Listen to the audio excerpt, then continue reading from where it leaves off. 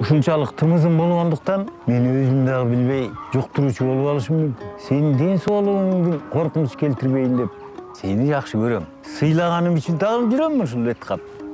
Не? Андан көрө тагынып жүр.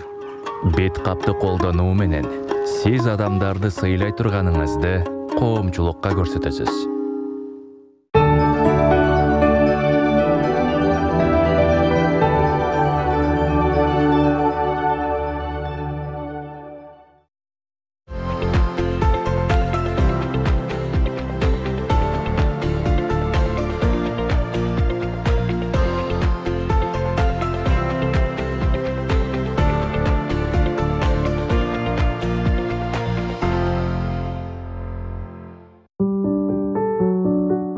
Ардактуу Илимпоз ышкабоздору, бүгүнкү көрсөтүүбүздө 280ден ашуун илимий эмгектердин, анын ичинен 5 монографиянын, 15 усулдук сунуштардын, Кыргыз Республикасынын, Россия Федерациясынын, Казак Республикасынын, Евразиялык патенттик уюмдун жана бүткүл дүйнөлүк интеллектуалдык менчик уюмунун 44 патентинин автору профессор Осмонов Ысман Жусупбековичтин эмгек баянына назарыңыздарды бурабыз. Осмонов Ысман Жусупбекович 1958-жылы Керилген ген чүй өрөөнүнүн Маданият айылында туулган. Илимпоздун ойлоп табуучулук ишмердүүлүгү Кыргыз мал чарба илимий изилдөө институту, Скрябин атындагы Кыргыз улуттук агрардык жогорку окуу жайы менен тыгыздыкта байланышып, 36 жылдан ашык иштөө убагында ал аспиранттан баштап профессорлукка чейин жолду басып өтүп, айыл чарбасын механикалаштыруунун технологиялары жана каражаттары адистиги боюнча Кыргызстанда эң биринчилерден болуп, техника илимдеринин доктору болууга жетишти.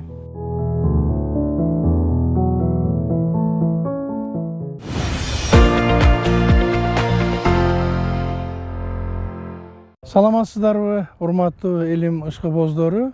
Бүгүн биз адаттагыдай эле илим жана турмуш теле берүүбүздүн кезектеги санын сиздерге тартуулайбыз. Бүгүнкү биздин коногубуз Кыргыз агрардык университетинин алдындагы айыл чарбасы механизациялаштыруу жана автоматташтыруу кафедрасынын профессору, техника илимдеринин доктору, профессор, Кыргызстандагы эң алдыңкы белгилүү техник окумуштууларыбыздын бири Осмонов Ысман Жусупбекович.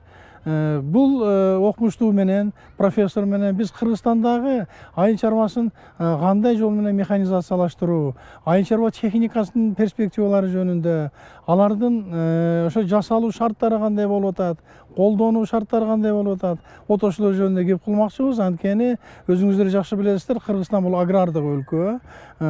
Ошол дыйкандын, ошол жерде иштеткен адамдардын эмгегин жеңилдетүү үчүн, анын баягы өндүрүмдүүлүгүн жогорулатуу үчүн албетте заманбап техника керек. Анда сөз өз кезеги менен болсун. Саламатсызбы? Рахмат, өзүңүздөр кандай? Жакшы иштер болуп атабы? Илимий жетишкендиктер, ачылыштар жакшы. Урматтуу коллега Ысман Жусупбекович, мен сизди көргөнгө абдан кубанычтамын. Сиз эми мына Кыргызстанда эң ушу сейрек техник илимдердин докторлорунун өкүлдөрүнүн бирисиз. Ошо биздин илим жана турмуш теле берүүбүздүн редакциясы кызыгып атайын сиз менен ушундай маектешүүнү каалап келдик. Мынакей сиз ошол атактуу Кыргыз улуттук агрардык университетинин бир белдүү кафедрасынын профессорусуз, ага чейин дагы кафедраны башкарып келгенсиз, декан болгонсуз. Бирок баары бир ушу илимпоздук эме каалоо жеңип кетти окшойт. Кандай жаңылыктардын үстүндө иштеп жатасыздар бүгүн? Биздин улуттук агрардык университетинин айыл чарбасын электрлештирүү жана автоматташтыруу кафедрасында илимий иштер үзгүлтүксүз жүргүзүлөт. Бул эми айыл чарбасы сиздер жакшы билесиздер, бул эки чоң тармакты камтыйт өзү. Биринчиси дыйканчылык, экинчиси мал чарбачылыгы. Бул эки тармакта тең эле түшүктүү жана орусча айтканда трудоемкий процесси дегендер бар болот. Ушул процесстерди механизациялаштыруу, электрлештирүү, автоматташтыруу иштери өтө керектүү да. Анткени бардык эле жумуштарды биз кол менен кыла берсек, биринчиден аны жасаш кыйын, экинчиден бул жерде баарекил эмгектин шарты өтө начарлап кетет да. Ушул багытта биз илимий иштерди жүргүзөбүз. Мына мен жана атап айтып кеткен эки тармактын биздин илимий иштердин багыты ушу мал чарбачылыгындагы түйшүктүү иштерди механикалаштыруу жагына биз көбүрөөк көңүл бурабыз да. Илимий иштер кагаз жүзүндө калып калса, ал ошол боюнча да калып калып атат. Эгер ал бир продукцияга, рыноктук продукцияга айланса, ошондо гана биздин экономиканын өсүшүнө кандайдыр бир таасир тийгизет да. Туура. Ушул багытта мен бир 3 багытты белгилеп кетсем деп турам азыр. Биринчи багытыбыз бул мал чарбачылыгында жана котур оорусуна каршы дарылоо, профилактикалык дарылоо деген чоң түйшүктүү маселе бар да. Эгер котур оорусу бул жугуштуу оору болгондуктан убагында дарылап турбасак, биз кой чарбасын жоготуп алууда коркунучу бар.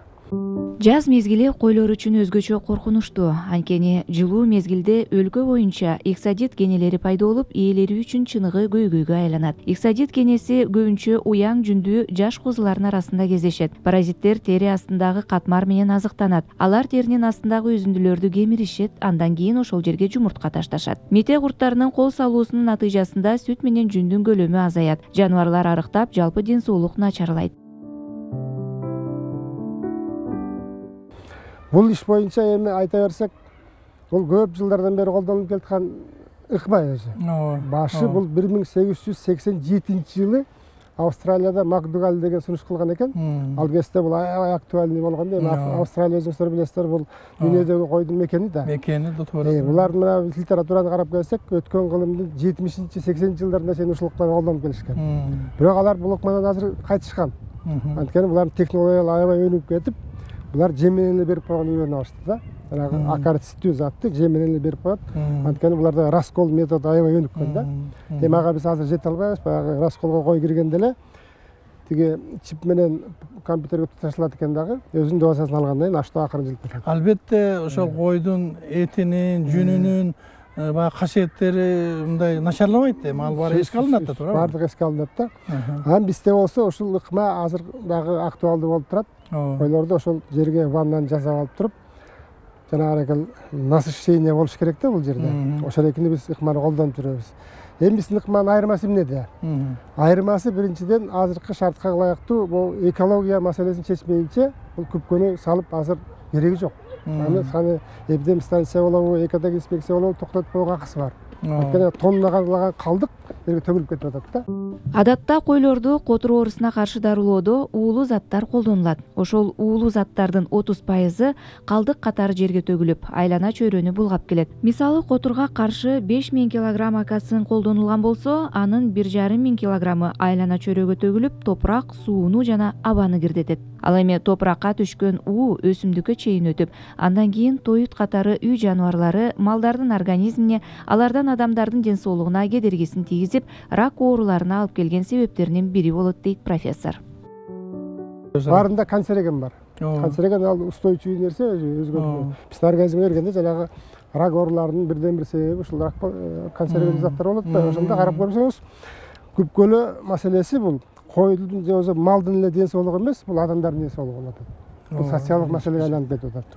Азыр литературада бир ушундай маалыматтар чыкты, агайдын денесинде, түлөндүн денесинде ушул акарцит табылат. Бул эми бүткүл дүйнөлүк баягындай бир проблема да. Кантип барды? Бул суу менен ушу миграция болуп жүрүп отуруп барды. 2018 жылдын 30 июлунда Arteriovenous Thrombosis and Vascular Biology журналындагы басылмада австралиялык доктор Шерил Ван Нунен гене чагып союлган койдун эти кант диабети менен ооругандар үчүн өтө кооптуу аллергияны пайда кылышы мүмкүн деп эң биринчилерден болуп жарыялаган. Ысман Жусупбекович кой генелерин дарылоо ыкмасы илгертен тартып ар ким ар түрдүү ыкмада дарынын ченемин болжол менен чакалап куюп колдонуп келгендиги анык дейт. Же туура эмес колдонулган болсо, ал 40 күнгө организмден кетпей жүрөт. Жана зыяндуулугу бир гана койдун этине гана эмес, аны жеген адамга да тиет деп билдирет. Эми ошол экин чечүү маселесинде биз көп жылдар иштедик дагы, химиялык заттарды изилдеп көрдүк. Кукурт кислотасы менен өзүңүздөрдүн лабораториялык шартта, университеттин лабораториялык шартында мен бул жерде казактын окумуштулары менен чогуу иштейбиз. Жанагы лабораториядагы жасай албаган химианалистердин көпчүлүгүн ошо Казакстанга жиберип турабыз да. Бул жерде биз аны ушул экини кантип зыянсыздастырыш керек деген маселенин үстүндө иштесек, химиялык заттар күкүрт кислотасы акиташты да колдонуп көрдүк, натрий гидроксид, жанагы минералдык жер семирткичтерди да колдонуп көрдүк. Карбамид, суперфосфат дегилер. Мунун бардыгы тең эле детоксикация процессин тездетет экен. 30-40 күнгө чейин бирок созулуп кетет да. Өндүрүш шартында биз күнүгө тазалап турушубуз керек. Антпесек бизди бир дагы фермер кабыл албайт. Ошондо андан ары изилдеп отуруп биз сору ыкмасына келип токтолдук да. Сору ыкмасы бул эң жакшы натыйжаларды берди. Соргуч дагы өзүбүздөн эле чыгып калды. Бул жанагы бизден эле чыккан күрөң көмүр. Кадимки эле күрөң көмүрдү 2 мм чейин майдалап калдыкка кошсок, ошо калдык калган учурда абсорбация касиети бар да bunun. Жанагы бул эмнеден келип чыкты? Бул идея жанагы ичи ооруп калганда активный уголь деген ичип атпайсызбы? Уголь каяктан жасалат? Анын түпкү природасы көмүрдөн жасалат. Ошол экил идеяны улантып келип текшерип көрсөк, жакшы сорот экен. Биздин көмүр жакшы сорот экен. 1 тонна калдыкка 60-83 килограмм көмүр эле сатылат экен. Аны маны соруп алгандан кийин дагы проблема чыкты. Көмүрдүн составында калып калды дегичи. Аны эмне кылыш керек? Аны күйгүзүп көрсөк, кадимкидей күйгүзүп көрсөк, ал ага учуп кетет экен. Ысман Жусупбековичтин койлордун котур оорусуна каршы ойлоп тапкан ыкмасынын айырмачылыгы биринчи кезекте ошол калдыктарды зыяндарсыздандыруу жагына көңүл буруп, ийгиликтерине жетишкен. Күпкөдөн калган калдыкты болсо абага жана жерге зыянын келтирбөө амалында профессор 800 градустагы ысыктыкта күйгүзүп жиберүү жолун иштеп чыккан. Ал үчүн атайын конструкцияланган меш жасалган жана ага патент алган. Илимпоздун күпкөнү жасоодогу экинчи айырмачылыгы бул анын сапатында. Себеби концентрацияны бир калыпта кармап туруу өтө кыйын. Эми жерде мен баса айтып кете турган нерсе, ушунун бардыгына тең эле бизде техникалык каражаттар иштелип чыгып, бардыгы тең патенттер менен корголду да. Жакшы. Алар 3 жыл экспертиза кылат, билесиз да. Глубинасы 15-20 жыл калат. Ошолордун патенттерин алгандан кийин бул жерде биз жанагы техникалык жагынан эми дүйнөдө жок бир жаңы техника деп айтсак болот. Военный Антоновканын аймагында жасап атабыз. Бул жерден биринчи кыйынчылык эмне болду? Жанагы жерди трансформация кылыш маселеси татаал экен. Муну айыл өкмөтү жасай албай 1,5 жыл бизди кармады. Эми азыр 3төн 2 жумуштар бүттү. Буюрса дагы бир аз жумуштар калды. Ошол экини жасап, мен бул ошол экиге келип баса айткым келип атат да, биздин фермерлерге, практикалык кишилерге көрсөтмөйүнчө болбойт экен. Кагазда алар такырлап окубайт экен. Канча инструкция жаздык, канча бир китептерди чыгардык, бирок бирөө да окуп койбойт экен. Мына момундай болот деп көрсөтүп туруп, мына болду десек, анан кийин деп тургандан кийин Бирок фермер өзү кызыктар болуш керек да, өзүнүн продукциясынын сапаты жакшы болуш. Көргөндө кызыктар болот экен да. Эктопаразиттерге каршы койлорду күпкөлөө үчүн орнотмо иштеринин авторлору Ысман Жусупбекович жана Бакыт Соотбекович 2017 жылы кыргыз патенттен мыкты инновациялык долбоор сынагынын жеңүүчүлөрү болуп аталып, 594 668 сом гранттык сертификатка ээ болушкан. Ысман Жусупбековичтин системалык түрдө иштелип чыккан эмгектери бир гана техникалык гана эмес, социалдык, усулдук жана педагогикалык багыттарда да пайдалуу. Илимпоз жогорку квалификациялуу илимий адистерди даярдоого да чоң салымын кошууда. Анын жетекчилигинин астында 10 кандидаттык жана 1 доктордук диссертация жакталган. Учурда Кыргыз Республикасынын дыйкан чарбачылык өнөр жайына салымын кошуп келаткан окуучулар да жок эмес. 1986 жылы окууну аяктагандан кийин илим изилдөө институтунда иштеп жүрүп, Ысман Жусупбекович менен чогуу илимий жумуштарды баштаганбыз. Кандидаттык диссертацияны жасоодо негизги ушу илимге кошкон салымыбыз суюктук, каты теоло тирүү жаныбар жана механизм системасынын математикалык моделин түзүү жана ошону эл чарбасында ишке ашыруу максатында илимий иштер жүргүзүлгөн. Андан кийин азыркы мезгилде мен өзүм доктордук диссертациям Кыргызстандагы күрүч өндүрүүнү механикалаштыруу багытында болуп жатат. Ысман Жусупбекович Осмонов бүгүнкү күндө ошо илимий консультантым болуп эсептелет.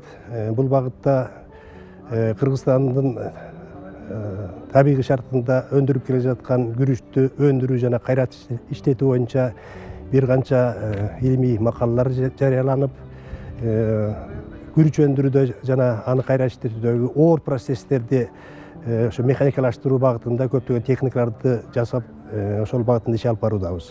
Күрүч өндүрүүдө эң оор процесс бул күрүчтү оруп жыйноо, аны кургатуу, жана кайра иштетүү болуп эсептелет. Мына ошондуктан ошол күрүштү кайра иштетүү багытындагы жумуштарды жеңилдетиш үчүн ошол күрүштү эң баягы көп убакытты талап кылган кургатуу процессин механикалаштыруу, башкача айтканда ошол барабан түрүндөгү кургаткыч машинада кургатуу, андан кийин ошол күрүштү кайра иштетип тазалоодо илгертен бери келе жаткан баягы ажуазды бастыруу ыкмасы колдонулат да. Ошол жерде дагы оор процесстердин бири бул ошол технологиялык процесстин ичинде күрүштү жылдыруу, ташуу маселелери оор болот да. Андан сырткардагы ошол технологиялык процесстерди туура сактап, температуралык режимди мөөнөтүн туура сакташ үчүн дагы көптөгөн көңүл бура турган маселелер бар. Ошол жагдайларды эске ала турган агымдуу технологияны, башкача айтканда поточный технологияны иштеп чыгып жасап аткан учурубуз. Биз жасап аткан ошол техникалар жана технологиялар Кыргызстанда өндүрүлүп жаткан ошо күрүштөрдүн бардык сортторуна иштетүүгө мүмкүнлүк болот.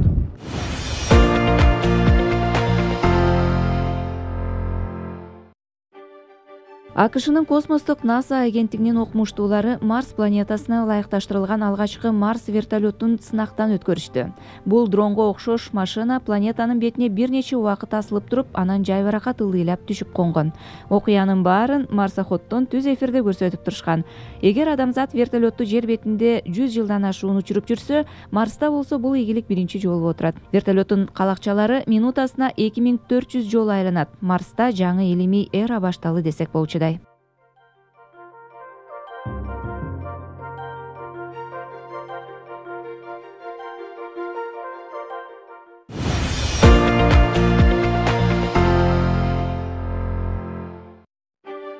Израилдик окумуштуулар 300 000 ПЦР тести изилдешкенден кийин коронавирустун британиялык түрү былтыркы вируска караганда 45%га жугуштуу экендигин аныкташкан.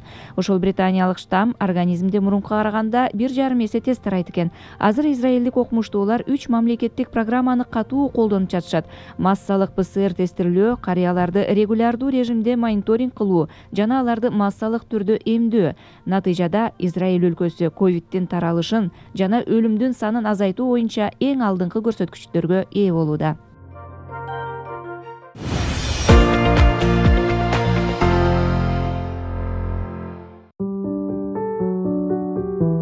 Британиялык окумуштуулардын изилдөөлөрүнүн натыйжасына ылайык каардуу ата-эне жаш балага кол көтөргөн учурда анын мээсине катуу доо кетет экен. Натыйжада жаш баланын психикасынын кайра калыбына келе албагандай абалы пайда болушу мүмкүн. Гарвард университетинин физиологдорунун изилдөөлөрү боюнча баланы кичине эле какыс-кукус кылуудагы анын мээсине доо кетип, депрессияга тез-тезден түшүп калуу коркунучу катталган. Бул синдром бала чоңойгон сайын күчөй тургандыгы далилденген. Балага карата ачуу кыйкырык же орой мамилелер дагы жогоркудай эле терс эффект берилери байкалган. Муну Канаданын Монреаль университетинин медиктери изилешкен. Орой мамилелер баланын 12-16 жашар кезинде өтө эле сезилерлик болот экен.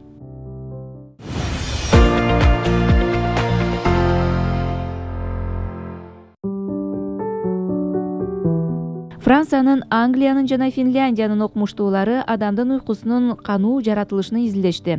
Көрсө, уйкунун регулярдуу түрдө канбай калуусунун өтө коркунучтуу жагы бар экен. Орто жаштагы адамдардын кандырып уктабай жүргөн учурлары алар карыганда өтө эле сезилерлик боло тургандыгын илимий негизде аныкташкан. Өзгөчө жүрөк кан тамырлары көп жабыр тартат экен. Анткени карыганда уйкусуздук күчөп, адам жашоо жыргалынан дагы ажырап калуу коркунучу бар дешет окумуштуулар.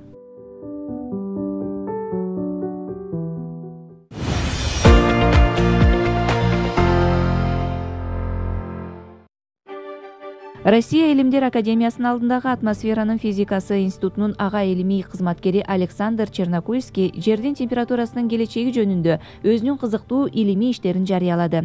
Көрсө, глобалдык температуралык өсүү абдан жаман сценарий менен жүрүп баштаптыр. Парник эффектисин пайда кылган газдардын көбөйүшү жер шарыбызды 35 миллион жыл мурда орун алган өтө кейиштүү абалга алып келип коюу коркунучун пайда кылууда экен.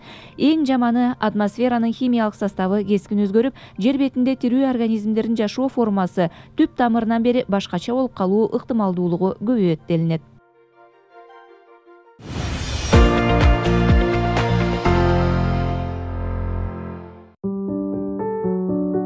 Ардактуу көрүүчүлөр, айыл чарба өндүрүшүнө механикалаштыруу жаатындагы илимпоз Ысман Жусупбековичтин малдарды тейлөөнүн технологиясы үчүн ойлоп табылган машиналар жана жабдуулар туурасындагы эмгек